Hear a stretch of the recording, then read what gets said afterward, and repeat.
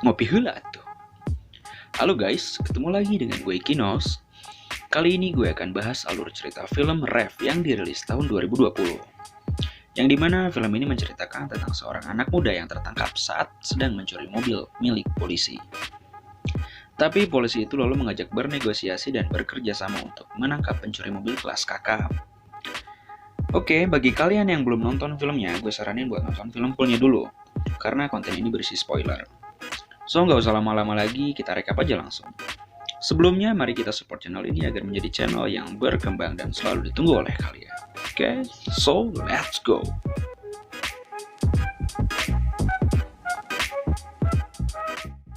Scene awal kita diperlihatkan seorang anak muda yang berada di depan sebuah showroom. Tak lama ia pun masuk dan mencuri sebuah mobil McLaren.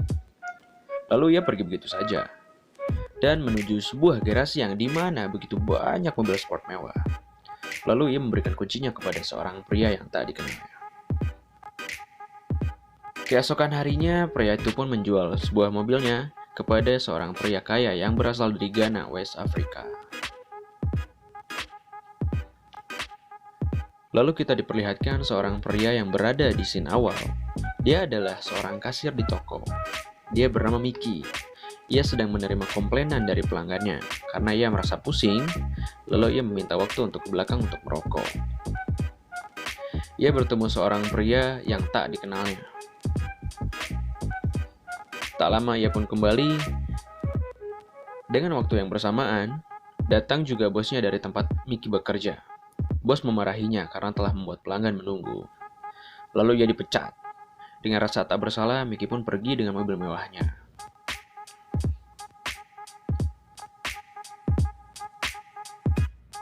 Lalu Mickey menghampiri temannya dan meminta tolong agar bisa mencuri mobil lebih banyak lagi. Karena dirasa ia membutuhkan uang,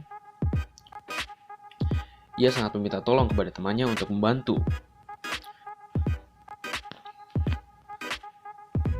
Lalu scene flashback di mana masa kecilnya Mickey sudah terbiasa mencuri mobil sejak umur 15 tahun.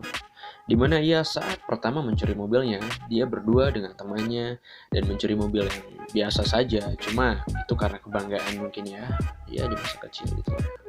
Nah, lalu sampai mencuri mobil polisi karena dirasa kurang menantang. Tetapi karena kejadian itu, lalu ia ditangkap dan dimasukkan ke dalam penjara.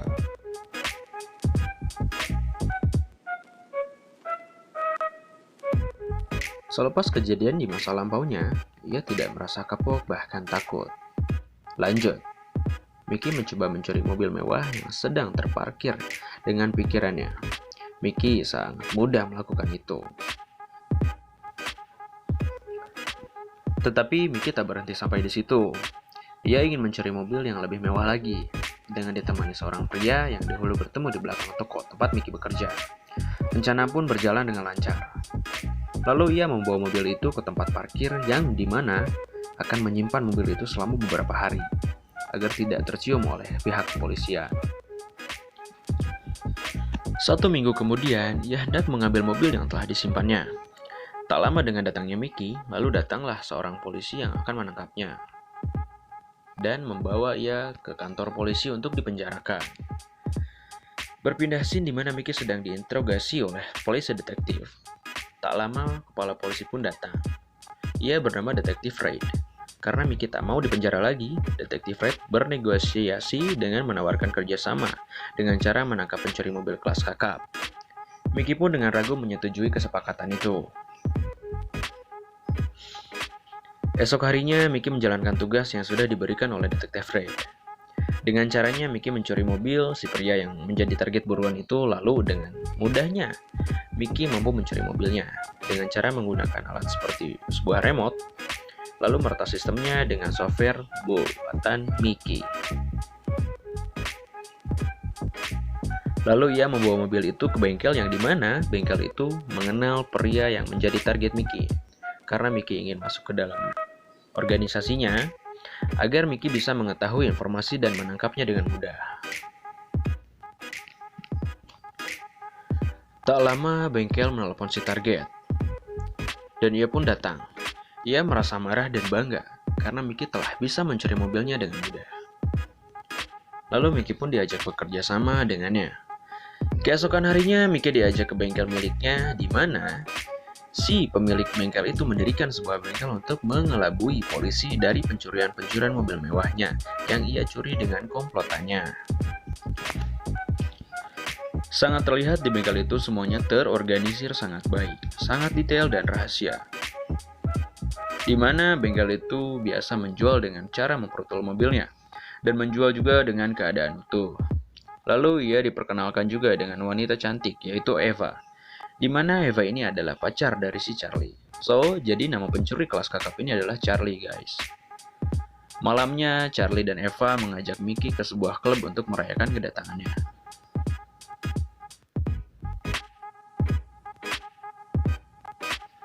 Scene berpindah di mana Charlie mengajak Mickey bertemu temannya yang bernama Sammy. Sammy ini tidak terlalu senang dengan kedatangan Mickey. Lalu mereka pun merencanakan sesuatu, yaitu mencuri mobil lebih banyak lalu mengirimnya kepada seorang pria kaya untuk dijual kembali. Malamnya, mereka pergi ke sebuah klub. Dengan bersamaan, datang seorang pria yang berkulit hitam. Lebih hitam dari saya jelasnya. Dan menyapa Charlie. Diketahui pria itu bernama Dutch. Si Dutch ini sama halnya dengan Charlie. Ia adalah pencuri yang serba bisa dan hebatnya sama dengan Charlie. Karena Charlie dan Sammy tahu bahwa Dutch yang akan mengirim mobil mewah itu, lalu mereka pun merencanakan sesuatu. Keesokan harinya, Charlie, Sammy, dan Mickey mendatangi Dutch dan mengancam dengan melukainya agar hanya Charlie dan Sammy yang mengirimnya. Lalu Dutch pun menyetujuinya.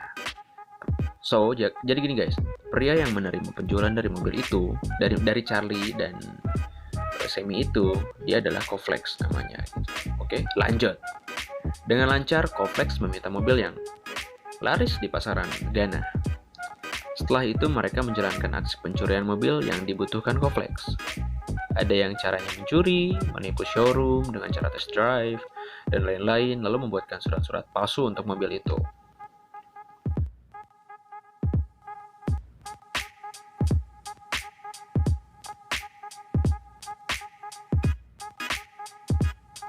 Dengan keberhasilannya, lalu mereka membuat pesta mewah karena telah cepat mendapatkan uang.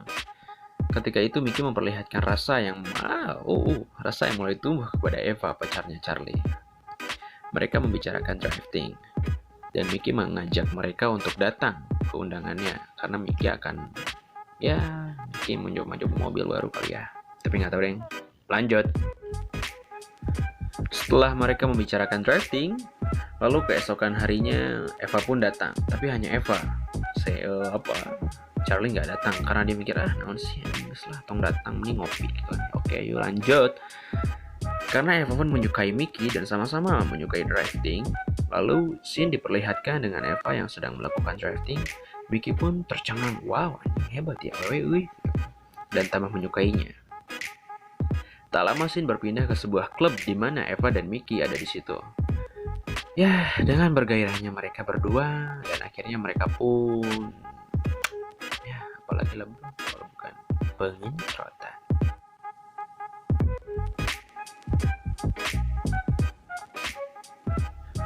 Keesokan harinya, Eva dan Mickey sarapan di sebuah restoran. Karena perutnya keroncongan karena telah melakukan pengencrotan, hendak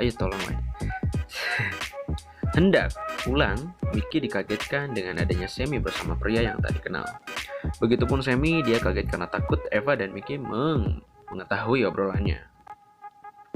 Lanjut, Mickey pun mengikuti Sammy karena kecurigaan Mickey kepada Sammy, dan ternyata kecurigaan Mickey itu benar.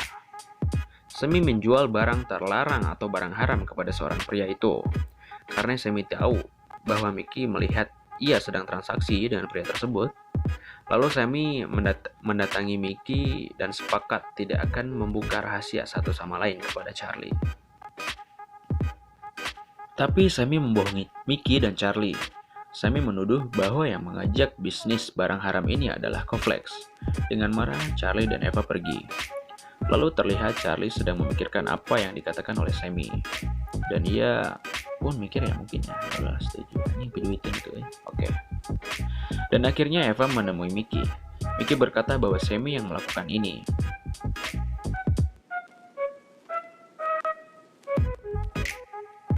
Malam harinya, Mickey datang ke kantor polisi untuk menemui detektif Reid.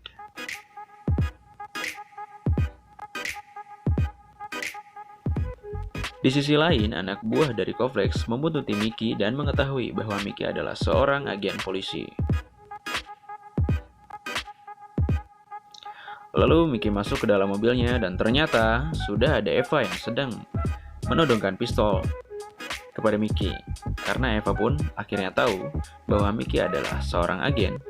Lalu Eva melaporkan kepada Charlie. Tapi Mickey meyakinkan Eva bahwa dia tidak akan melaporkan mereka. Rencana Mickey lalu diterima oleh Eva dan rencana pun dijalankan.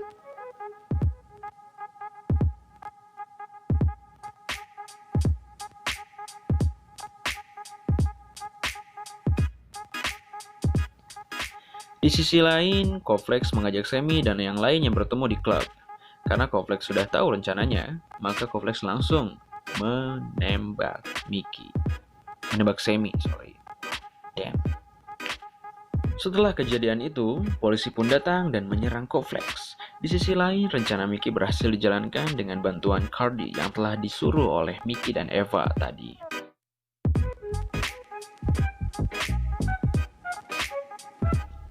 Dan mereka pun selamat. Dengan begitu, mereka bebas untuk mencari mobil mewah yang lebih mewah. Tolong.